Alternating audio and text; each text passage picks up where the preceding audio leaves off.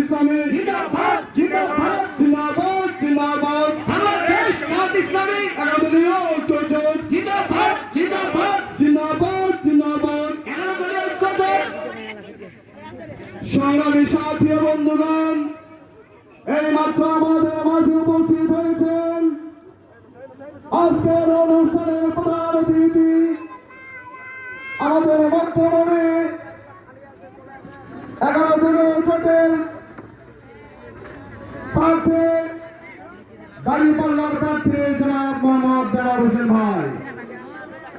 সংগ্রামী সাথী ও বন্ধুগণ, আমি বলতে চেয়েছিলাম অদ্যাবধি আমরা নির্বাচনী প্রচারণা চালাতে গিয়ে সামান্য চেয়ারে বসা নিয়ে শেরপুরে আমাদের এক নেতা কর্মীকে তারা নির্মমভাবে হত্যা করেছে।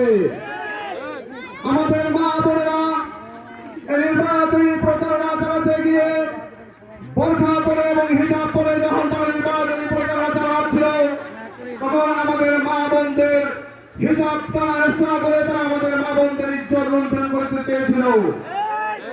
আমরা কি আর এগুলো কষ্ট দিতে চাই? আমাদেরকে হুমকি দেওয়া হচ্ছে 12 তারিখে নির্বাচন, 13 তারিখের আগে আমাদের লাশ পড়বে। সংগ্রামী সাথী ও বন্ধুগণ, আমরা এই হুমকি ধুমকিকে ভয় পাই না। রক্ত যখন দিয়েছি, রক্ত আরো দেব, জান দিব তবে মান দিব না ইনশাআল্লাহ। বিড়ালের মতো 500 বছর বেঁচে থেকে লাভ নাই, সিংহের মতো 1 ঘন্টা বেঁচে থাকতে চাই। সংগ্রামী সাথী ও বন্ধুগণ, আপনারা 12 তারিখে ঐক্যবদ্ধভাবে নির্ভয়ে নির্ভীতিভাবে দাঁড়িপাল্লা মার্কায় ভোট দিয়ে আমাদের দোয়ার ভাইকে জয়যুক্ত করে ঠাকুরগাঁও উন্নয়ন করার সুযোগ করে দিলেন। এই আশাবাদ ব্যক্ত রেখেই আপনাদের সুস্বাস্থ্য দীর্ঘায়ু কামনা করে শেষ করছে রাসূল মিনাল্লাহি ওয়া ফাতুল করিম। আসসালামু আলাইকুম ওয়া রাহমাতুল্লাহ।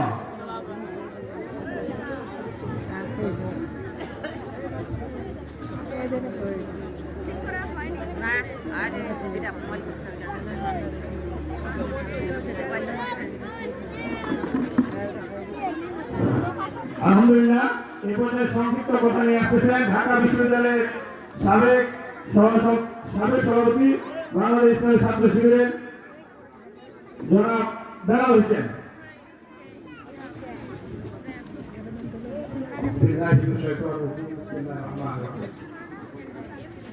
বাংলাদেশ জামাত ইসলামী কর্তৃক আয়োজিত আগামী জাতীয় নির্বাচন ব্যবস্থার উপলক্ষে আজকে নারগোল ইউনিয়নের সমাবেশের সম্মানিত প্রধান অতিথি, আমাদের এলাকার প্রিয় ভাই প্রিয়